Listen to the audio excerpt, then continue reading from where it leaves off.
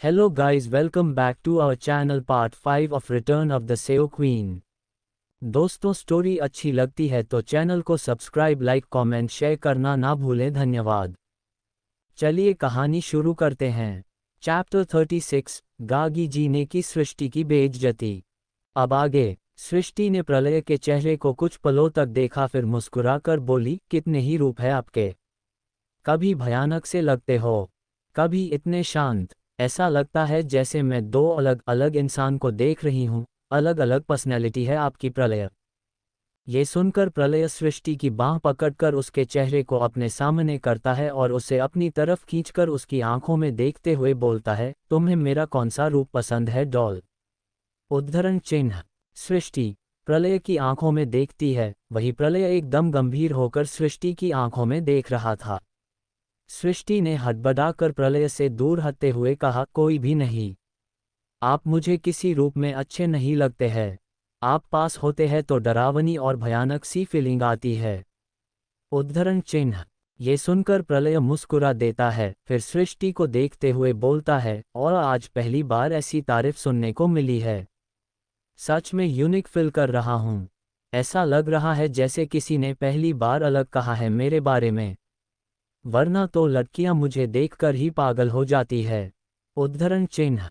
प्रलय के मुंह से ऐसी बात सुनकर सृष्टि उसके पास से खड़ी हो जाती है। उसने प्रलय के चेहरे को देखते हुए कहा, सच में आप पागल हो।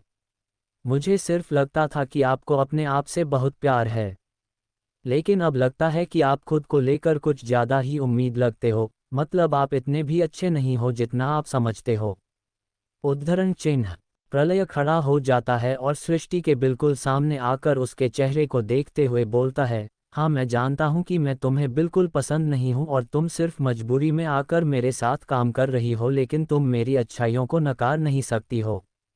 मैं बाकी लड़कों से तो बहुत अच्छा हूँ, तुमसे ज़्यादा अच्छी तरह से लड़कों को कौन समझ सकता है। प्रलय सृष्टि के चेहरे को देखकर मुस्कुराते हुए बोला।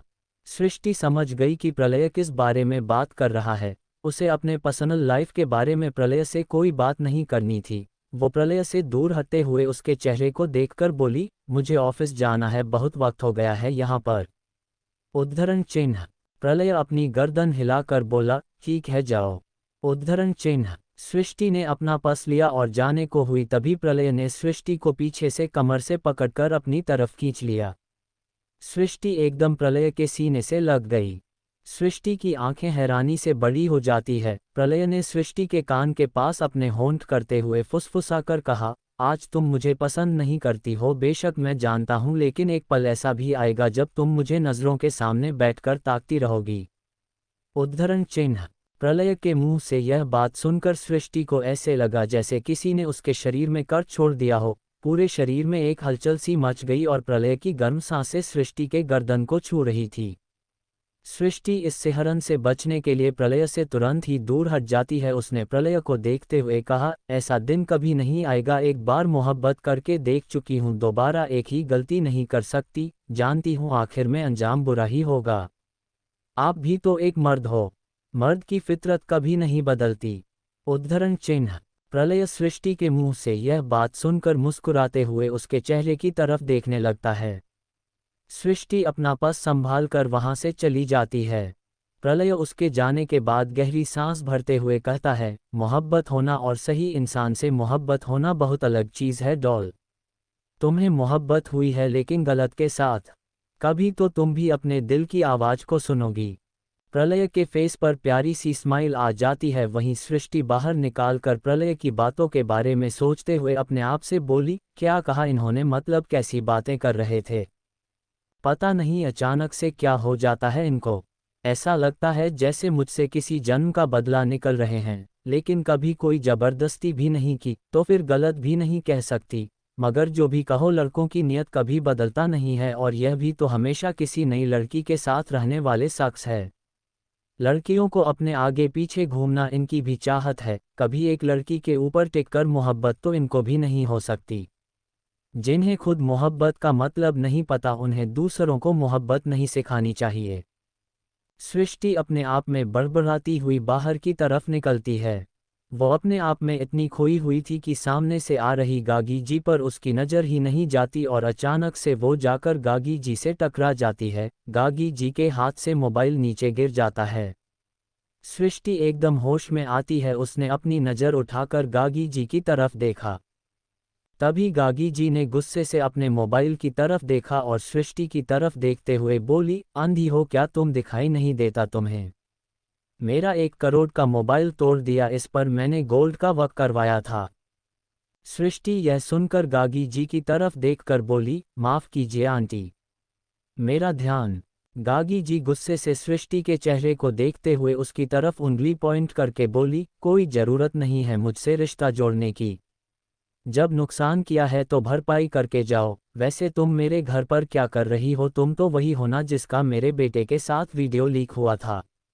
लगता है प्रलय ने अभी तक तुम्हें मुंह मांगी कीमत नहीं दी है, तभी तो तुम यहाँ पर आ गई अपना मुंह उठाकर। और पैसे चाहिए तुम्हें, बताओ कितने चाहिए? उद्धरण चिन्ह। सृष्टि से किसी ने ऐसी बात नहीं की थी। गार्गी जी जैसी उम्रदराज औरत ऐसी बातें कह सकती है, ये सुनकर ही सृष्टि को हैरानी हो रही थी। वो एकटक गागी जी के चेहरे को देखे जा रही थी। वहीं गागी जी अपने पर्स से पैसे निकालते हुए सृष्टि के मुंह पर फेंककर बोलता है, ये पैसे लेने के लिए तुम यहाँ पर आई होगी। मेरे बेटे ने तुम्हें पैसे नहीं दिए होंगे, इसलिए तुम इतने गुस्से में जा रही हो। तुम जानती भी हो मेरा बेटा तुम जैसी कितनी ही लड़कियों के साथ सोता है, लेकिन तुम्हें तो लाइमलाइट में आने का मौका मिल गया है, इसलिए तुम मेरे घर तक चली आए। आइंदा यहाँ पर मत आना वरना तुम्हें उठकर बाहर सड़क पर फेंकवा दूंगी। उद्धरण चिन्ह। सृष्टि गागी जी के मुंह से ऐसी बातें सुन रही थी। अचानक ही उसने गागी जी की तरफ देखते हुए कहा, आपका बेटा लड़कियों के साथ सोता है, इस बात को आप इतना आराम से बता रही है, ये बात मेरे लिए शॉकिंग है मिसेज रायजादा। मगर याद रखिए, मैं भी कोई राह जल्दी लड़की नहीं हूँ जो आप अपने पैसों का गुरूर दिखाकर मुझे खरीदना चाहती हैं। ना तो मेरा आपके बेटे के साथ कोई ऐसा रिलेशन है और ना ही कभी हो सकता है। ना मैं उन लड़कियों में से हूँ जो आपके बेटे पर फिदा हो जाते हैं। मेरा अपना स्वाभिमान है, अपना गुरूर है और अपनी सेल्फ रिस्पेक्ट है, मुझे किसी के पीछे चलने की आदत नहीं है। उद्धरण चिन्ह। गागी जी सृष्टि के मुंह से यह बातें सुनकर हैरान होकर बोली, इतनी जुबान चलने लगी है तुम्हारी? मेरे बेटे ने तुम्हें मुंह क्या लगा लिया तुम तो? सृष्टि भी तिरछी स्माइल के साथ हाथ बांधकर बोली, आपका बेटा न जाने कितनी ही लड़कियों को मुंह लगाकर बैठा है, आपको लगता है मैं किसी का इस्तेमाल किया हुआ फेस यूज करूंगी? उद्धरण चिन्ह। गागी जी एकदम चिल्लाकर बोली, लड़की। उद्धरण चिन्ह। गागी जी सृष्टि के गाल पर थप्पड़ मारने को होती है, लेकिन तभी सृष्टि उनका हाथ पकड़ लेती है। ये देखकर गागी जी के माथे की लकीर तन जाती है और चेहरे पर गुस्सा छा जाता है। वो जलती निगाहों के हाथ सृष्टि को देखने लगती है। वही बाहर से इतना शोर आता हुआ देखकर अंदर से सभी भागते हुए बाहर आते हैं। रौनक जी और संदीप जी सामने का नज़ारा देखकर हैरान हो बैठते हैं। वही आकांक्षा ने तो अपने मुंह पर अपना हाथ रख लिया। गागी जी के गुस्से को सभी जानते थे और उनसे ऊंची आवाज में कोई बात नहीं करता था। गागी जी सिर्फ प्रलय के सामने ही चुप रहती थी। मगर आज सृष्टि ने गागी जी को मुंहतोड़ जवाब दे दिया था। गागी जी को अपने बेटे के ओहदे, पैसे और शोहरत पर बेहद गुरूर था। वो तो अपने जान पहचान में भी बहुत कम लोगों से भी बात करती थी कि उनके लिए कोई भी उनके परिवार के बराबर नहीं था। क्या गागी जी बन जाएगी सृष्टि की दुश्मन? क्या होगा जब प्रलय को पता चलेगा सृष्टि ने की है गागी जी के साथ बदतमीजी? उद्धरण चिन्ह। चैप्टर 37। सृष्टि ने दिया गागी जी को मुंहतोड़ जवाब। उद्धरण चिन्ह। सृष्टि ने गागी जी का हाथ झटक दिया। गागी जी उसके इस बर्ताव पर एकदम गुस्से से सृष्टि के चेहरे को देखने लगती है। रौनक जी और संदीप जी कुछ समझ नहीं पा रहे थे, पर इतना समझ गए थे कि कहीं ना कहीं गलती गागी जी की ही होगी। आकांक्षा ने सृष्टि की तरफ देखते हुए कहा, क्या हुआ सृष्टि, तुम ठीक तो हो? उद्धरण चिन्ह। सृष्टि ने अपनी गर्दन हिलाते हुए कहा, हाँ मैं बिल्कुल ठीक हूँ, लेकिन मुझे नहीं पता था कि यहाँ पर आने वाले लोगों की कीमत लगाई जाती है। पता होता तो कभी नहीं आती। ये सुनकर गागी जी ने अपनी मुट्ठी बंद करते हुए कहा, तुम्हें बोला ही किसने था यहाँ पर आने को? तुम यहाँ पर मेरो बेटे को। उद्धरण चिन्ह। गागी जी आगे बोलते तभी संदीप जी ने गागी जी को टोकते हुए कहा, गागी बस करो, क्या बोले जा रही हो। प्रलय और सृष्टि ने साथ में मिलकर प्रोजेक्ट शुरू किया है, उसी के सिलसिले में यहाँ पर बात करने आई थी, लेकिन तुम तो और मेरे बेटे ने इसके साथ प्रोजेक्ट किया है, इसकी तो उम्र ही नहीं है अभी बात करने की, सही से बात करना नहीं आता इस लड़की को, ये बिजनेस क्या करेगी। उद्धरण चिन्ह। गागी जी के मुंह से ऐसी बातें सुनकर रौनक जी और संदीप जी दोनों ही उनको घूरने लगते हैं। वही सृष्टि मुस्कुराते हुए एक पॉजिटिव एटीट्यूड के साथ गागी जी के चेहरे को देखते हुए बोली, मिसेज रायजादा, मुझे भले ही बिजनेस करना नहीं आता, लेकिन मेरी माँ ने मुझे पैसों की इज्जत करना खूब सिखाया है। जो आपको सिखाना आपकी मन भूल गई है, या फिर आप दौलत के नशे में सब कुछ भूल चुकी है। उद्धरण चिन्ह। ये कहते हुए सृष्टि वहीं पर बैठकर नीचे गिरे हुए पैसों को उठाने लगती है। गागी जी से अब बर्दाश्त नहीं हो रहा था। घर के मेंबर्स के सामने गागी जी अपनी और इंसल्ट सह नहीं सकती थी। उन्होंने गुस्से से कहा, अपनी माँ का गुणगान मेरे सामने मत करो और निकल जाओ मेरे घर से। तुम जैसी लड़कियों को अच्छी तरह जानते हो, अच्छा बनने का नाटक करती है और फिर। सृष्टि ने सारे पैसे उठाकर गागी जी की तरफ बढ़ाए, मगर गागी जी उनके हाथों से पैसे नहीं लेती तो सृष्टि जबरदस्ती गागी जी की हथेली को खोलते हुए उन पर पैसे रखकर बोलती है, ये पैसा तो आपको रखना ही पड़ेंगे। रही बात यहाँ पर ना आने की, तो मुझे भी यहाँ पर आने में कोई भी दिलचस्पी नहीं है। उद्धरण चिन्ह। गागी जी सृष्टि के चेहरे को गुस्से से देखने लगती है। वही सृष्टि गागी जी को देखकर हाथ जोते हुए वहां से चली जाती है। गागी जी गुस्से से सभी घर वालों के चेहरे की तरफ देखती है और अपने पैर पटक कर अंदर की तरफ बढ़ जाती है। रौनक जी, संदीप जी और आकांक्षा तीनों एक दूसरे के चेहरे की तरफ देखते हैं। रौनक, आजकल गागी को बहुत गुस्सा आने लगा है और घर आए मेहमान से बात करने का तरीका बिल्कुल भी ठीक नहीं है। उद्धरण चिन्ह। ठीक कह रहे हैं आप पिताजी, मैं गागी से बात करूंगा। सच में उसने सृष्टि के साथ बिल्कुल भी अच्छा नहीं किया। वो बच्ची तो यहाँ पर आकर प्रलय से प्रोजेक्ट डिस्कस कर रही थी और नियति भी तो उसकी वजह से सो पाई है। उद्धरण चिन्ह। तुम समझाओ, अगर ना माने तो मुझे बताना। उद्धरण चिन्ह। ठीक है पिताजी। रौनक जी इतना कहकर वहां से चले जाते हैं। वही संदीप जी लंबी सांस छोड़ते हुए आकांक्षा के चेहरे की तरफ देखते हैं। आकांक्षा संदीप जी के चेहरे की तरफ देखते हुए बोली, दादू, मॉम ने सृष्टि के साथ बिल्कुल भी अच्छा बिहेव नहीं किया, वो उसे इस तरह इंसल्ट कैसे कर सकती है। सृष्टि खुद करोड़ों की मालकिन है, वो चंद पैसों के लिए भाई का फायदा तो बिल्कुल नहीं उठाएगी। भाई तो सृष्टि से सिर्फ बिजनेस रिलेटेड बातें करते हैं, और यहाँ तक कि जब मैं सृष्टि से जापान में मिली थी तब भी मुझे सृष्टि बहुत पसंद आई थी। वो एक अच्छी लड़की है। उद्धरण चिन्ह। संदीप जी आकांक्षा की बात सुनकर अपनी गर्दन हिलाते हुए बोले, मैं समझ सकता हूँ अक्षु, लेकिन तुम अपनी मॉम के नेचर को अच्छी तरह जानते हो, वो किसी को कुछ बोलने से पहले एक बार भी नहीं सोचती है। उद्धरण चिन्ह। आकांक्षा परेशान होकर संदीप जी के चेहरे को देखते हुए बोली, अगर भाई को इस बारे में पता चल गया तो बहुत गुस्सा करेंगे। भाई के लिए उनके बिजनेस क्लाइंट्स और पार्टनर हमेशा मैटर करते हैं। अगर उसे पता चलता है तो मैं उससे बात करूंगा। तुम फिक्र मत करो, जाओ नियति को देखो, वो ठीक तो है ना। उद्धरण चिन्ह। हम दादू। उद्धरण चिन्ह। आकांक्षा इतना कहकर अपनी गर्दन हिलाते हुए वहां से चली जाती है। संदीप जी मैनन दरवाजे की तरफ देखते हुए किसी सोच में पड़ गए। प्रलय वॉशरूम में था और नहाकर बाहर आया। वो अपने बालों से पानी पोंछ रहा था। प्रलय आईने के सामने आकर अपने चेहरे को देखता है। वो सुबह से ही काफ़ी परेशान था क्योंकि नियति की तबीयत ठीक नहीं थी और अब उसे अच्छा लग रहा था। उसके चेहरे पर स्माइल आ जाती है। वो मुस्कुराते हुए खुद को देख रहा था। तभी उसने अपने कपड़े पहने, तभी उसका मोबाइल बजने लगा। प्रलय बेड पर पड़ा अपना मोबाइल उठता है। सामने से कुछ कहा गया जिस पर प्रलय के चेहरे पर गंभीर एक्सप्रेशन आ जाते हैं। उसने अपनी गर्दन हिलाते हुए कहा, ठीक है, तुम उस पर नज़र रखो, अगर कुछ भी होता है तो मुझे बताना। उद्धरण चिन्ह।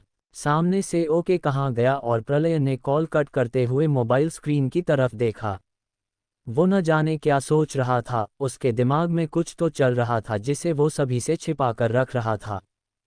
गागी जी गुस्से से अपने रूम में आई और अपना पर्स बेड पर पटकते हुए ब्लैक इंट को इधर उधर करने लगी। वो बहुत गुस्से में थी।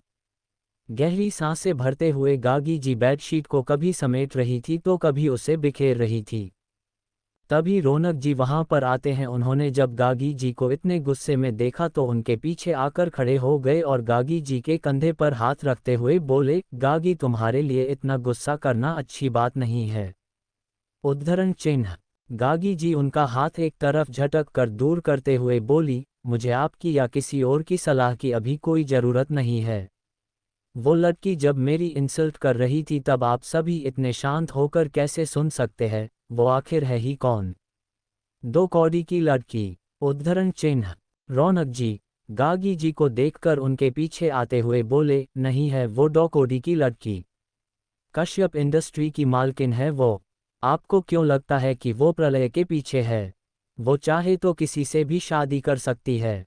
आप बिना वजह एक झूठी न्यूज के पीछे पड़ गए हैं। उद्धरण चिन्ह। तभी गागी जी रौनक जी की तरफ पलट कर देखती है। वो बोली, क्या कहा आपने? शादी? शादी तो बिल्कुल भी नहीं हो सकती कि उससे। नहीं, प्रलय की शादी तो किसी से भी नहीं हो सकती। प्रलय की शादी वहीं पर होगी जहां पर मैं चाहूंगी और आपको पता है मैं कहां पर जाती हूं। उद्धरण चिन्ह।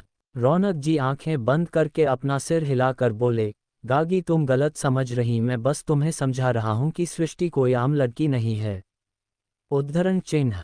आम हो या खास, पर मेरे बेटे से दूर रहे। मैं इस तरह की बदतमीज लड़की को अपने सामने एक पल भी बर्दाश्त नहीं कर सकती और अच्छा ही होगा जो वो मेरे सामने ना आए। मैं उसे इस घर में दोबारा नहीं देख सकती हूँ। गागी जी ने क्रोध भरे शब्दों में कहा। रौनक जी गागी जी के गुस्से का कुछ नहीं कर सकते थे। वो जानते थे कि गागी जी अब किसी की भी बात नहीं सुनने वाली है। रौनक जी गागी जी से कुछ नहीं कहते और बाहर निकल जाते हैं। गागी जी गुस्से से बेड पर बैठते हुए बोली, बहुत बदतमीज है वो लड़की और उसने गागी रायजादा की बहुत इंसल्ट की है। उसे मैं कभी माफ़ नहीं करूंगी। मेरे प्रलय के तो करीब भी नहीं आ सकती है ऐसी बदतमीज लड़की। मेरे बेटे की शादी मुझे जल्द से करवानी होगी। उद्धरण चिन्ह। तभी गागी जी के टेबल का लैंडलाइन बजने लगा। गागी जी फर्श पर पड़े अपने पर्स को उठाती है और लैंडलाइन पर जाकर कॉल रिसीव करती है। हाँ, मैं तुम्हें ही कॉल करने वाली थी। हाँ, प्रलय की शादी तुमसे करवाने के लिए मैं जल्द ही कुछ ना कुछ करूँगी, तुम फिक्र मत करो बेटा। उद्धरण चिन्ह। चैप्टर 38 द गर्ल बॉस सृष्टि। सृष्टि अपने ऑफिस पहुंची तो वहां पर सभी आज पहली बार उसका गंभीर चेहरा देखकर घबरा गए थे। अपनी आंखों पर गॉगल्स चढ़ाए सृष्टि बिना किसी पर ध्यान दिए अपने केबिन में चली जाती है। वो केबिन में आकर चेयर पर बती है और गॉगल्स को हटाते हुए टेबल पर रखकर अपना काम शुरू कर देती है। उसके चेहरे पर गुस्सा था। वो गागी जी बातों से काफी ज्यादा हट हो गई थी। सृष्टि रिपोर्ट्स देखते हुए बड़बड़ा कर बोली, इतना गुरूर? पैसा का इतना गुरूर क्यों होता है लोगों को? क्यों लोग अपनी अमीरी और पैसों के चलते दूसरों को खुद से छोटा समझते हैं? क्यों लोग अपनों के ही दुश्मन बन जाते हैं, वो भी सिर्फ पैसों के लिए? मैंने तो कभी किसी अमीर इंसान के खून का रंग सुनहरा नहीं देखा। मैंने तो कभी किसी गरीब इंसान के खून का रंग स्याही की तरह नीला नहीं देखा। तो फिर क्यों पैसे आने पर इंसान अपनी इंसानियत भूल जाते हैं? मेरे अपने भाई ने मुझे पैसों के लिए, जायदाद के लिए मार दिया था। मेरे अपने भाई ने मुझे धोखा दिया। मेरे सारे रिश्ते, मेरा प्यार पैसों की वजह से तबाह हो गया। मैंने तो बस प्यार मांगा पर यह पैसा, इस पैसे ने ही सब कुछ खराब कर दिया है। उद्धरण चिन्ह। सृष्टि गुस्से से ये सब बोलते हुए वहां रखे हुए पेपर्स को नोचकर फाड़ देती है। उसका गुस्सा बने लगा तो वो टेबल से पानी उठाकर अपने होंठों से लगाते हुए पीने लगी और गहरी सांसें लेते हुए खुद को शांत करने लगी। वो अपनी आंखें बंद करके चेयर पर अपना सिर लगाकर बैठ गई। उसी वक्त उसका मोबाइल जो टेबल पर बेतरबी से पड़ा हुआ था अचानक ही बजने लगा। सृष्टि ने अपने मोबाइल की तरफ देखा तो प्रलय का नाम फ्लैश हो रहा था। प्रलय का नाम देखते ही सृष्टि को गागी जी की कई बातें याद आने लगती है। सृष्टि ने अपने हाथ की मुट्ठी को गुस्से में बंद कर लिया। वो मोबाइल स्क्रीन की तरफ देखते हुए बोली, मुझे लगता था कि आप गलत इंसान हैं, लेकिन अपने अच्छेपन का नाटक करके मेरी नज़रों में अच्छा बनने की बहुत कोशिश की, मगर आज आपसे गलती हो गई। आपकी मोम नहीं मुझे सब कुछ बता दिया। मैं जानती थी कि आप एक इमोशनलेस इंसान हैं। मुझे आज पता चल गया कि मैं बिल्कुल सच सोचती थी। आपने मेरा फ़ायदा उठाने के लिए और मेरे डैड के इमोशन का फ़ायदा उठाकर मुझे अपने करीब रखने की कोशिश की ताकि आप मेरा भी फ़ायदा उठा सके, लेकिन मैं ऐसा होने नहीं दूंगी। आपकी सच्चाई जान चुकी हूँ मैं, प्रलय। अब तो आप कुछ भी करो, लेकिन मुझे आप पर विश्वास नहीं होने वाला, और अब आपकी कहीं किसी भी बात को या किसी भी ऑर्डर को मैं नहीं मानने वाली। ये बोलते हुए सृष्टि प्रलय का पोल कट कर देती है। वहीं प्रलय जो ड्राइव कर रहा था अचानक से कोल कट होने पर हैरान हो जाता है। वो मोबाइल की तरफ देखते हुए अपने आप से बोला, लगता है मेरी बात को कुछ जल्दी ही सीरियस ले लिया उसने। मैंने कहा था कि दबने की ज़रूरत नहीं है, लेकिन इतनी जल्दी मेरी बात का इफ़ेक्ट हो जाएगा यह मैं नहीं जानता था। एनीवेज, मुझे वैसे ही प्रोजेक्ट के सिलसिले में बात करनी है। घर पर कुछ बताना भूल गया था, लेकिन पता नहीं कॉल रिसीव करेगी या फिर नहीं। बोलते हुए प्रलय ने एक बार दोबारा सृष्टि का नंबर डायल किया और इस बार भी सृष्टि ने कॉल कट कर दिया। ये देखकर प्रलय ने अपना मोबाइल साइड सीट पर पटक दिया और कार को दूसरी डायरेक्शन में घुमा दिया जहां पर सृष्टि का ऑफिस पड़ता था। सृष्टि अपने केबिन में बैठी हुई वापस काम कर रही थी, तभी रणवीर वहां पर आता है। रणवीर ने अपने हाथ में पड़ी हुई फाइल को टेबल पर पटकते हुए कहा, सृष्टि यह डील तो हमारे हाथ से चली गई है। रायजादा ग्रुप ने ज्यादा पैसे देखकर लैंड को खरीदने के लिए बोली लगा दी है। उद्धरण चिन्ह। ये सुनकर सृष्टि अपना काम करते हुए बोली, अगर ऐसा है तो आप दोबारा कोशिश करिए, लेकिन मुझे किसी भी कीमत पर यह डील अपने नाम पर चाहिए। अगर मैं ऐसे ही अपनी कंपनी की हर एक डील को गंवाती रही तो एक दिन में ही सड़क पर आ जाऊंगी या फिर इस कंपनी दिवालिया हो जाएगी, जो मैं बिल्कुल नहीं चाहती। इसलिए जो चीज़ हमारी है उसे छीन कर लेना पड़े तो भी बुरा नहीं है। उद्धरण चिन्ह। ये सुनकर रणवीर उसके चेहरे की तरफ हैरानी से देखने लगता है। सृष्टि के मुंह से ऐसी बातें उसने पहली बार सुनी थी। वो आज हमेशा के मुकाबले बहुत अलग लग रही थी और उसके चेहरे की गंभीरता भी साफ दिखाई दे रही थी। वो आज सृष्टि नहीं लग रही थी बल्कि कश्यप इंडस्ट्री की मालकिन लग रही थी। रणवीर को भी समझ नहीं आया कि अचानक से सृष्टि को क्या हुआ। वो इतना तो जानता था कि सृष्टि प्रलय के घर से आ रही है प्रोजेक्ट के सिलसिले में बात करके, मगर प्रलय का नेचर ओढ़कर आएगी उसे यह मालूम नहीं था। रणवीर ने सृष्टि को देखते हुए कहा, लेकिन ये डील हमारे हाथ से चली गई है और अब डीलर वो लैंड हमें नहीं दे पाएंगे। मुझे लगता है कि हमें दूसरी जगह ट्राई करना चाहिए सृष्टि। उद्धरण चिन्ह। ये सुनकर सृष्टि ने रणवीर के चेहरे को गंभीरता से देखते हुए कहा, अगर आपसे ये काम नहीं हो रहा है तो मुझे बता दीजिए, क्योंकि जहां तक मुझे पता है आपने ये काम अपनी जिम्मेदारी पर लिया था, लेकिन आप अपनी जिम्मेदारी को पूरा नहीं कर पाए। या तो आप ये डील वापस लेकर आए या फिर आप वही काम करिए जो आपको सूट होता है। उद्धरण चिन्ह। रणवीर एकदम हक्का बक्का रह गया। वो सृष्टि के चेहरे को देखते हुए मन में खुद से बोला, ये लड़की मेरे साथ इस तरह बात कर रही है, मुझ पर अपना ऑर्डर चला रही है। सृष्टि, आपको तुम्हारी मनमानी सह रहा हूं, लेकिन याद रखना एक दिन में तुम्हें इस कंपनी से बाहर सड़क पर उठाकर फेंक दूंगा। उद्धरण चिन्ह। सृष्टि रणवीर की तरफ देखते हुए फाइल उसकी तरफ बढ़कर बोली, अब आप ये काम कर पाएंगे या नहीं मुझे साफ बताए, वरना मैं डैड को बता देता हूं कि आपसे कोई भी काम नहीं होता है। उद्धरण चिन्ह। रणवीर यह सुनकर सृष्टि की तरफ देखकर गुस्से में बोला, सृष्टि तुम ये बहुत गलत कर रही हो, मुझसे ऐसी बात करना बिल्कुल भी ठीक नहीं है। यह मत भूलो कि मैं तुम्हारा भाई हूँ। तुम भले ही बॉस की चेयर पर बैठी हो, लेकिन उम्र में अभी भी तुम मुझसे छोटी हो। सृष्टि यह सुनकर रणवीर के चेहरे की तरफ देखते हुए बोली, ऐसा नहीं है, यहाँ पर सभी के साथ एक जैसा ही ट्रीटमेंट किया जाता है और मैं यहाँ पर भाई बहन का रिश्ता बढ़ाने के लिए नहीं हूँ। मैं काम को लेकर इसी तरह बिहेव करती हूँ, अगर आपको यकीन ना हो तो अभी बताती हूँ। ये कहते हुए सृष्टि ने वही टेबल पर लगी हुई रिंग को बजाया है। तभी दौड़ते हुए बाहर से पियून केबिन के अंदर आते हैं और सृष्टि को देखते हुए कहते हैं, हाँ मैम, कहिए। उद्धरण चिन्ह। सृष्टि ने उनके चेहरे को देखते हुए कहा, आप मेरे लिए एक कप ब्लैक कॉफ़ी लेकर आ जाएंगे। उद्धरण चिन्ह।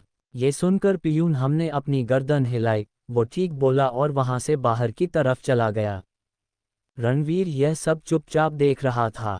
तभी सृष्टि रणवीर की तरफ देखते हुए बोली, आपको क्या लगता है वो पियून अंकल मुझसे बड़े नहीं है, मगर फिर भी उनको कॉफ़ी लेकर आने पड़ रही है क्योंकि वो मेरे लिए काम करते हैं, उनको उस काम के पैसे दिए जाते हैं। उनको ये काम करने में छोटा फील नहीं होता क्योंकि उन्होंने ये काम चुना है और उनको पता है कि अगर उन्होंने ये काम नहीं किया तो उनके लिए प्रॉब्लम हो सकती है। भाई मैं यहाँ पर उनके काम को डिफाइन नहीं कर रही, लेकिन उनका जो काम है उन्होंने किया और आपका जो काम है आपको करना होगा। आप यहाँ पर अपनी मर्जी से काम करने आए हैं तो अपनी रिस्पॉन्सिबिलिटीज को भी कंप्लीट करिए। उद्धरण चिन्ह।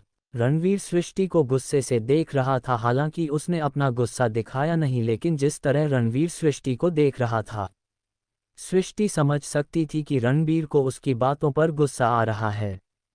वो रणवीर को गुस्सा दिलाना चाहती थी मगर इस वक्त उसकी बात बिल्कुल ठीक थी। रणवीर ने अपनी गर्दन हिलाते हुए सृष्टि की तरफ देखकर कहा, बॉस की चेयर पर बैठने के बाद बहन भी भाई क्यों भूल ही जाती है। पैसा और पावर ऐसे ही चीज़ होती है, मैं समझ सकता हूं तो मैं सृष्टि और आइंदा तुम्हें शिकायत का कोई मौका नहीं दूंगा। ये दिल जल्द ही तुम्हारा नाम होगी। रणवीर यह कहकर गुस्से से वहां से चला गया, जबकि सृष्टि हुए जाते हुए देखकर अपनी गर्दन हिला के बोली, मैं भी वही देखना चाहती हूँ कि आप प्रलय सिंह रायजादा से कैसे ये दिल लेते हो। वो अपने पैरों के नीचे से गुजरी हुई मिट्टी किसी को नहीं देता, आपको ये दिल कैसे दे देगा। फिर अपनी गर्दन हिलाकर बोली, खैर मैं क्यों उसके बारे में सोच रही हूँ, भाड़ में जाए वो। उद्धरण चिन्ह।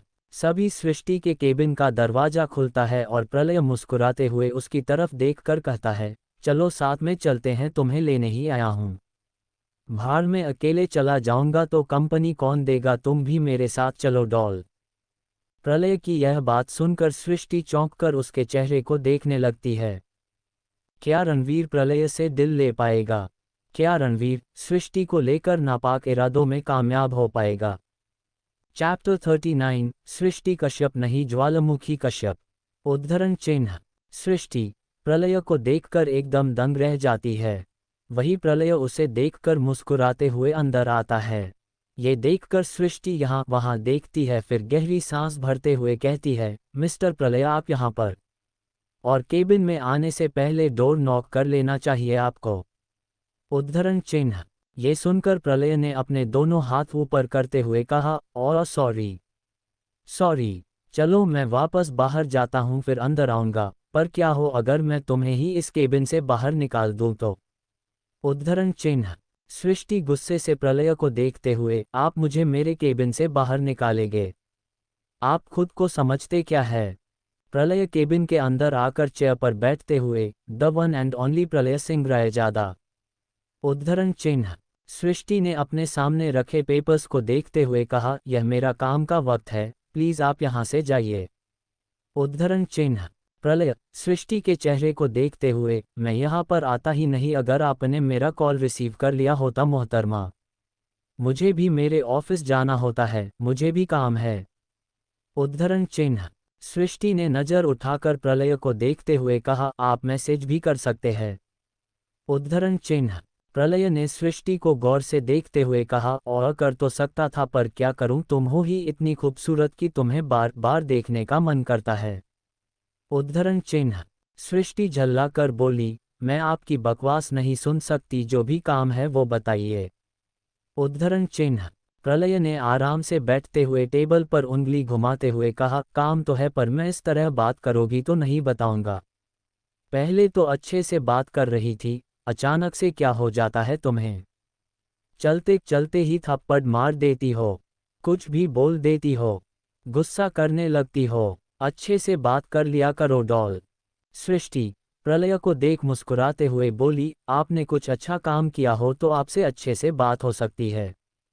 उद्धरण चिन्ह। प्रलय सृष्टि को देखकर बोला, मैंने अच्छा काम नहीं किया। जब भी तुम मुसीबत में होती हो तब मैं ही तुम्हें बचाता हूँ, कभी मोच आ जाती है तुम्हें, कभी तुम्हारे पीछे गुंडे पड़ जाते हैं, सभी से मैं बचाता हूँ तुम्हें। उद्धरण चिन्ह।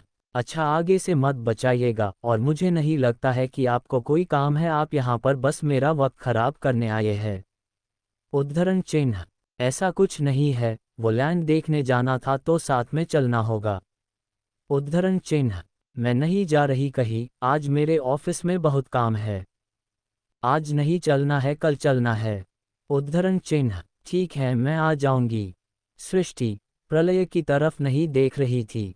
हम। उद्धरण चिन्ह। प्रलय ने अपनी गर्दन हिलाकर कहा, फिर यहाँ वहाँ देखने लगा। सृष्टि जो लैपटॉप पर उंगलियां चला रही थी, उसे नजर उठाकर देखती है, पर उसे इग्नोर करने की कोशिश करती है।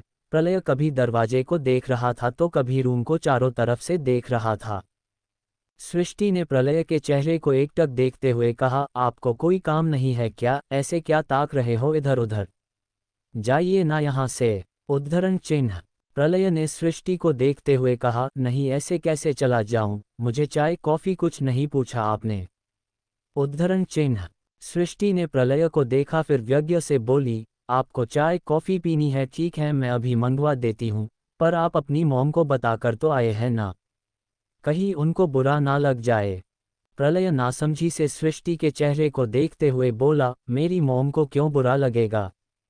उनसे पूछने की क्या जरूरत है? सृष्टि भी सपाट लहजे में बोली, जरूरत तो है, आखिर आप जैसे रईस आदमी मुझ जैसी सिंपल बिजनेस वूमन की कॉफ़ी कैसे पी सकते हैं? आपके लिए तो अमेरिका की किसी महंगी कॉफ़ी शॉप से कॉफ़ी आनी चाहिए। प्रलय सवालिया अंदाज में उसके चेहरे को देखते हुए बोला, पर तुम ऐसा क्यों बोल रही हो? उद्धरण चिन्ह। ये सुनकर सृष्टि अपना लैपटॉप बंद करते हुए अपनी जगह से उठती है और हाथ बांधकर प्रलय के सामने आकर खड़ी होते हुए बोली, आप घर पर थे, आपके घर में इतना कुछ हो गया और आपको कुछ पता ही नहीं है। प्रलय कंफ्यूज होकर बोला, पर हुआ क्या है, बताओगी? सृष्टि में प्रलय की तरफ देखा और मुस्कुराकर बोली, मेरे पास आपसे कहने को कुछ नहीं है, पर आप अपने ऑफिस जाकर ही कॉफ़ी पिए तो अच्छा होगा। उद्धरण चिन्ह। सृष्टि इतना कहते हुए वापस अपनी सीट की तरफ जाने लगी तो प्रलय ने उसकी कलाई पकड़कर उसे अपनी तरफ खींच लिया। सृष्टि की हिल्स लखा गई और वो औंधे मुंह प्रलय के ऊपर गिरी। सृष्टि ने प्रलय की चेयर को किनारों से पकड़ लिया था, इसलिए दोनों का सिर भीने से बच जाता है, पर दोनों ही एक दूसरे के बेहद करीब पहुंच गए थे। सृष्टि प्रलय के चेहरे के बिल्कुल करीब थी और दोनों एक दूसरे की आंखों में देख रहे थे। प्रलय सृष्टि के खूबसूरत चेहरे को इतने करीब से देखकर गहरी सांस भर लेता है। सृष्टि की खूबसूरत आंखें उसे झील के पानी की तरह लग रही थी, चेहरा एकदम क्यूट और सुंदर था। वही सृष्टि प्रलय की गर्म सांसों को महसूस करके एकदम हटने को होती है, पर हिल्स नीचे से टूट गई थी, इसलिए वो प्रलय के सीने पर गिर जाती है और इस वक्त सृष्टि के कान प्रलय के सीने पर लगा हुआ था। वो प्रलय की तेज धड़कनों को सुन सकती थी। प्रलय ये देखकर मुस्कुरा उठा। उसी वक्त केबिन का डोर खुला। बेटा सृष्टि। राजवर्धन जी उन दोनों को देखते ही चुप हो गए, उनके मुंह में शब्द अटक से गए। वो सृष्टि और प्रलय को एकटक देखने लगे। वही सृष्टि एकदम झटके से प्रलय से दूर हटने को हुई, पर प्रलय ने उसे कंधे से पकड़ लिया और उसके चेहरे को देखते हुए बोला, दोबारा गिरने का इरादा है क्या? रुक जाओ, खड़ा करता हूँ। सृष्टि कुछ बोलने को हुई, तभी राजवर्धन जी ने सृष्टि को कंधे से पकड़कर उसे चेयर पर बैठा दिया। राजवर्धन जी सृष्टि के पैरों की तरफ देखते हुए बोले, कितनी बार कहा है तुम्हें बेटा, यह ऊंची हिल मत पहना करो, इनको कोई ट्रस्ट नहीं होता, कब कहा टूट जाए। उद्धरण चिन्ह। वही सृष्टि भी प्रलय के चेहरे को देखते हुए राजवर्धन जी से बोली, भरोसा तो इंसान का भी नहीं होता डैडी, लेकिन फिर भी हम उनके साथ काम करते हैं, वरना आजकल की दुनिया में भरोसे लायक लोग बचे ही नहीं है। उद्धरण चिन्ह। राजवर्धन जी सृष्टि के चेहरे की तरफ देखते हुए अपनी गर्दन मिला देते हैं। वही प्रलय ये सुनकर मुस्कुराते हुए सृष्टि के चेहरे की तरफ देखने लगता है। सृष्टि प्रलय के चेहरे से अपनी नज़र हटा लेती है। राजवर्धन जी सृष्टि के लिए स्लीपर मंगवा लेते हैं। सृष्टि वापस अपना काम करने लगती है। तभी प्रलय राजवर्धन जी से गले मिलता है। राजवर्धन जी प्रलय को देख मुस्कुराते हुए, बेटा तुम यहाँ पर कैसे? उद्धरण चिन्ह। प्रलय ने मुस्कुराकर कहा, वो नए प्रोजेक्ट के लिए लैंड देखने जाना था। उद्धरण चिन्ह। अच्छा, तो तुम सृष्टि के साथ जा रहे हो? उद्धरण चिन्ह, नहीं अंकल आज नहीं कल जाऊंगा क्योंकि आज मुझे ऑफिस जाना है। सुबह से नियति की तबीयत खराब थी इसलिए मैं घर पर ही था और फिर यहाँ पर सृष्टि को इस बारे में इन्फॉर्म करने आ गया। उद्धरण चिन्ह, अगर ऐसा है बेटा तो तुम्हें यहाँ आने की क्या ज़रूरत थी, तुम कॉल कर देते। उद्धरण चिन्ह, ये तो आप अंकल सृष्टि से ही पूछिए क्योंकि मैं इसे कॉल किया था पर इसने मुझे कोई रिप्लाई नहीं दिया।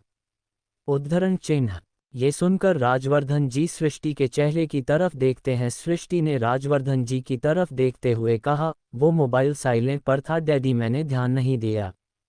राजवर्धन जी मुस्कुरा देते हैं। उन्होंने सृष्टि से कहा, अभी तक मोबाइल को साइलेंट रखने वाली तेरी आदत गई नहीं है बेटा। याद है एक बार तूने मोबाइल साइलेंट रखा था और मुझे यूनिवर्सिटी में कॉल करके तेरे बारे में पूछना पड़ा था। सृष्टि राजवर्धन जी की तरफ अपनी गर्दन हिलाकर देखने लगती है। वही प्रलय ये सुनकर मुस्कुरा रहा था। वो राजवर्धन जी की तरफ देखते हुए सृष्टि को टोंट मारते हुए बोला, इसका मतलब ये पहले से ही लापरवाह है, मुझे लगता था कि अभी हुई है। उद्धरण चिन्ह, राजवर्धन जी हंसने लगते हैं। सृष्टि अपने दांत पीसकर प्रलय की तरफ देखती है। राजवर्धन जी के सामने प्रलय से लड़ाई नहीं कर सकते थे और प्रलय राजवर्धन जी के सामने उसकी टांग खींच रहा था। सृष्टि का गोरा चेहरा जब गुस्से में लाल पड़ गया तो ये देखकर प्रलय को मन ही मन हंसी आ रही थी। प्रलय से बचने के लिए सृष्टि ने राजवर्धन जी से कहा, डैडी मैं एक इम्पॉर्टेंट काम कर रही हूँ, अगर आप दोनों को बात करनी है तो बाहर चले जाए। उद्धरण चिन्ह, ये सुनकर राजवर्धन जी अपनी गर्दन हिलाते हुए प्रलय के कंधे पर हाथ रखकर बोले, चलो बेटा, हम दोनों बाहर बैठकर थोड़ी बात कर लेते हैं, यहाँ पर तो बॉस मैडम बहुत गुस्सा हो रही है। उद्धरण चिन्ह, प्रलय ने भी सृष्टि को देखते हुए आंख मारकर कहा, गुस्सा होने के अलावा ऐसे आता ही क्या है अंकल, ज्वालामुखी की तरह हर वक्त हर लम्हे हर सेकंड में फटती रहती है। आपको इसका नाम सृष्टि कश्यप नहीं ज्वालामुखी कश्यप रखना चाहिए था। हा हा हा हा। उद्धरण चिन्ह, राजवर्धन जी हंसने लगे। वही सृष्टि ने प्रलय को गुस्से से घूरना शुरू कर दिया। प्रलय मुस्कुराते हुए वहां राजवर्धन जी के साथ बाहर निकल जाता है। वहीं सृष्टि उसके जाने के बाद अपना हाथ टेबल पर मारते हुए बोली, प्रलय सिंह राय ज्यादा खून। क्या होगा प्रलय का सृष्टि को इस तरह तंग करने का अंजाम? क्या सृष्टि प्रलय से लेगी बदला? चैप्टर 40, प्रलय की शादी। उद्धरण चिन्ह, प्रलय राजवर्धन जी के साथ बाहर आ जाता है। राजवर्धन जी प्रलय को देखते हुए बोले, सृष्टि काफी बदल गई है ना? प्रलय ने राजवर्धन जी के साथ चलते हुए कहा, हाँ वो काफी अलग ही दिमाग से चलती है। कभी कभी बेहद गुस्सा करती है, कभी प्यार से बात करती है, कभी सॉरी कहती है और कभी तो डांटती रहती है। प्रलय जिस तरह ये बात कह रहा था उस वक्त उसके फेस पर एक प्यारी सी स्माइल थी, जिसे देखकर राजवर्धन जी मुस्कुरा उठे। राजवर्धन जी प्रलय के कंधे पर हाथ रखते हुए उसे रोकते हुए बोले, अगर ऐसा है तो क्या तुम्हें सृष्टि अच्छी लगती है? प्रलय ने मुस्कुरा कर कहा, अच्छी तो बहुत है सृष्टि। उद्धरण चिन्ह, राजवर्धन जी रुककर बोले, तो क्या कभी तुमने उसके बारे में सोचा है? उद्धरण चिन्ह, प्रलय ने उनके चेहरे को देखते हुए कहा, हाँ अंकल मैं उसके बारे में सोचता हूँ। बिजनेस में उसे गाइड कर रहा हूँ जैसा मैंने आपसे कहा था। उद्धरण चिन्ह, राजवर्धन जी मुस्कुराते हुए बोले, मैं वैसे सोचने की बात नहीं कर रहा हूँ। उसे लेकर जिंदगी के बारे में कुछ सोचते हो क्या? उद्धरण चिन्ह, प्रलय समझकर भी नासमझ बनते हुए बोला, मतलब अंकल। उद्धरण चिन्ह, राजवर्धन जी गंभीर होकर किसी बुजुर्ग की तरह समझाते हुए बोले, मतलब ये कि तुम बहुत समझदार हो लेकिन मेरे सामने नासमझ बनने की कोशिश कर रहे हो। तुम कब तक अपनी जिंदगी यूं ही बिताते रहोगे, कभी शादी के बारे में सोचते हो? तुम जानते हो कि सृष्टि के साथ पिछले दिनों क्या हुआ है? वो आर्यन से बहुत प्यार करती थी लेकिन मगर मैं जानता हूं कि तुम उसके साथ एक अच्छे पार्टनर की तरह रहते हो और तुम्हारे साथ रहती है तो मैं उसके अंदर बचपना देखता हूं। उसने बहुत छोटी उम्र में सब कुछ खो दिया था, तो तुम समझ सकते हो मैं तुमसे ये सारी बातें क्यों कह रहा हूं। उद्धरण चिन्ह, प्रलय ने शातम भाव से कहा, हाँ अंकल मैं समझ रहा हूँ और आपकी बातें बिल्कुल ठीक है, लेकिन आप जानते हैं मैं शादी को लेकर। राजवर्धन जी प्रलय को देखते हुए, मैं तुम्हारी हर बुरी आदत को जानता हूँ और यह भी जानता हूँ कि तुम शादी को लेकर अभी तक मन नहीं बना पाए हो, लेकिन जब तुम्हें लगे कि तुम्हें सृष्टि से शादी करनी है तो या फिर उसको लेकर तुम्हारे मन में अगर कभी प्यार जागता है तो। प्रलय ने कहा, मेरे मन में प्यार होने से क्या फर्क पड़ता है, सृष्टि को भी तो किसी से प्यार होना चाहिए और आप तो जानते हैं उसे मैं बिल्कुल पसंद नहीं हूँ। उद्धरण चिन्ह, तुम जैसा हमसफर किसे पसंद नहीं आ सकता, वो तुम्हें बुरा मानती है शायद तुम्हारी कुछ आदतों की वजह से। उद्धरण चिन्ह, हम। राजवर्धन जी मुस्कुराते हुए उसकी पीठ को थपथपा देते हैं। प्रलय भी मुस्कुरा देता है। वही सृष्टि जो अपने केबिन में बैठी हुई थी, उसने जब ये सब देखा तो अपनी आईब्रो ऊपर करते हुए अपने आप से बोली, ये प्रलय मेरे डैड को भी अपनी बातों में फंसा ही लेते हैं। पता नहीं कौन सा जादू है इनमें, मुझे डैड को बताना चाहिए इनका असली सच। मगर रहने दो यार, इस इंसान के बारे में सोचना ही बेकार है। वही रणवीर ने भी यह बातें सुन ली थी। वो सृष्टि के केबिन की तरफ देखते हुए बोला, ये लड़की बहुत आगे बढ़ रही है। मैं समझता था कि यह मेरी भोली भाली बहन है, पर नहीं, यह हद से आगे बढ़ चुकी है और डैड तो इसके लिए कुछ भी कर सकते हैं। प्रलय सिंह रायजादा को सृष्टि का पति बनाने की तैयारी चल रही है। उद्धरण चिन्ह, प्रलय राजवर्धन जी से बातें करके वहां से निकल गया। जब प्रलय ऑफिस से निकाल कर बाहर आया, उसने कार का डोर खोला, तभी उसकी नज़र अचानक ही उठकर विंडो की तरफ जाती है। वो देखता है कि अपनी विंडो के पास खड़ी सृष्टि, जो अपने टैबलेट पर कुछ कर रही थी, वो पेन को मुंह में लिए बच्चों की तरह कुछ सोच रही थी। प्रलय उसकी यह नजाकत देखकर मुस्कुरा उठता है। सृष्टि जब अपनी नज़रों को घुमाकर नीचे देखी है, कभी प्रलय की शक्ल उसकी आंखों के सामने आ जाती है। प्रलय को देखते ही सृष्टि अपनी नाक सिकोड़ लेती है। वही प्रलय मुस्कुरा देता है और कार में बैठ जाता है। प्रलय ड्राइव करते वक्त भी सृष्टि के बारे में सोच रहा था। जब उसने सृष्टि की वो प्यारी सी हरकत देखी तो खुद से ही मुस्कुराकर बोला, शायद प्यार तो मुझे तुम्हारी उस पहली नज़र में ही हो गया था, पर अब लगता है कि यह प्यार खुमार बनाकर ही छोड़ोगी तुम। भले ही अका तुम्हारे अंदर, पर तुम वो पहली लड़की हो जिसने मुझे नज़र भर नहीं देखा। मैंने तुम्हें नज़र भर देखा है। पहली मुलाकात में मेरे दिमाग में कोई नहीं चढ़ी, पर तुम चढ़ गई हो। इसलिए ही तो तुम्हारे लिए ये सब कर रहा हूँ। उद्धरण चिन्ह, ये कहते हुए प्रलय ने अपने पॉकेट से मोबाइल निकाला और उसका लॉक खोलकर जैसे ही वॉलपेपर को देखता है तो चेहरे पर मुस्कुराहट खिल जाती है। भले ही उसके चेहरे की यह कभी कभी दिखने वाली मुस्कुराहट थी, पर यह मुस्कुराहट सावन की पहली बारिश की तरह हसीन थी। प्रलय ने सृष्टि की उस तस्वीर को अपने होंठों से टच करते हुए कहा, नियति के बाद मुझे जिस शख्स के लिए इतनी फिक्र हुई, वो तुम हो। डॉल। उद्धरण चिन्ह, प्रलय अपने ऑफिस पहुंच गया। इस बीच वो घर के मामले के बारे में बिल्कुल भूल गया था। वहीं दूसरी ओर आकांक्षा नियति के रूम में बैठी हुई थी। नियति बेड पर सो रही थी और आकांक्षा अपना काम कर रही थी। उसी वक्त गागी जी वहां पर आती है।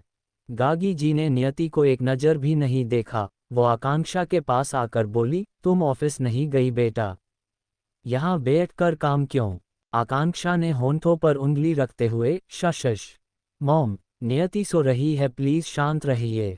उद्धरण चिन्ह, गागी जी रूड होकर बोली, मुझे उससे मतलब नहीं है, तुम ऑफिस क्यों नहीं गई?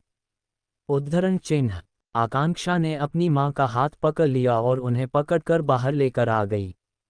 वो गागी जी को रेलिंग के पास लाकर उनका हाथ छूते हुए बोली, मॉम प्लीज़, आप जानती है कि नियति की तबीयत खराब है, मैं उसके साथ रहूंगी।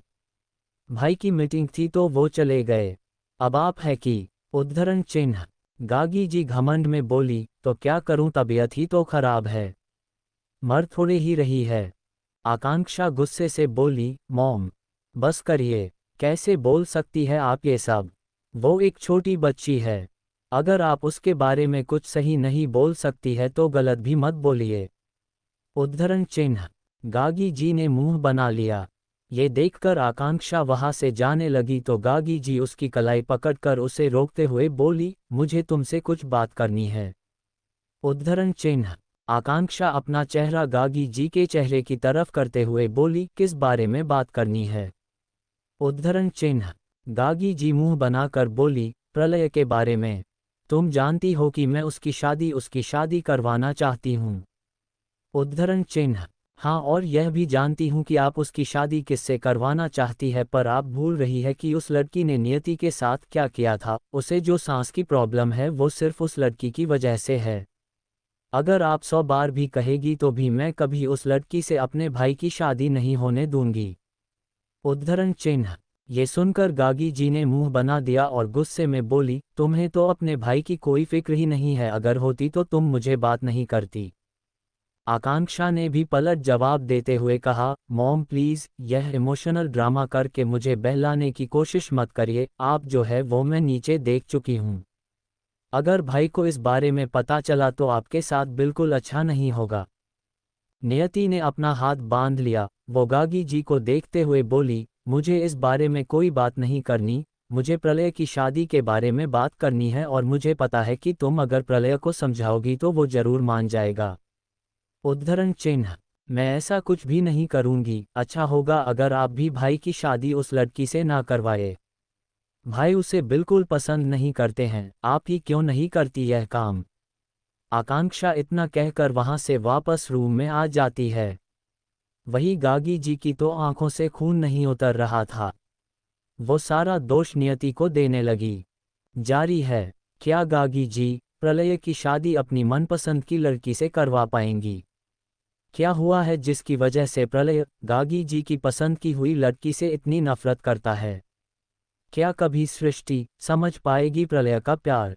कैसे होगा प्रलय और सृष्टि का मिलन?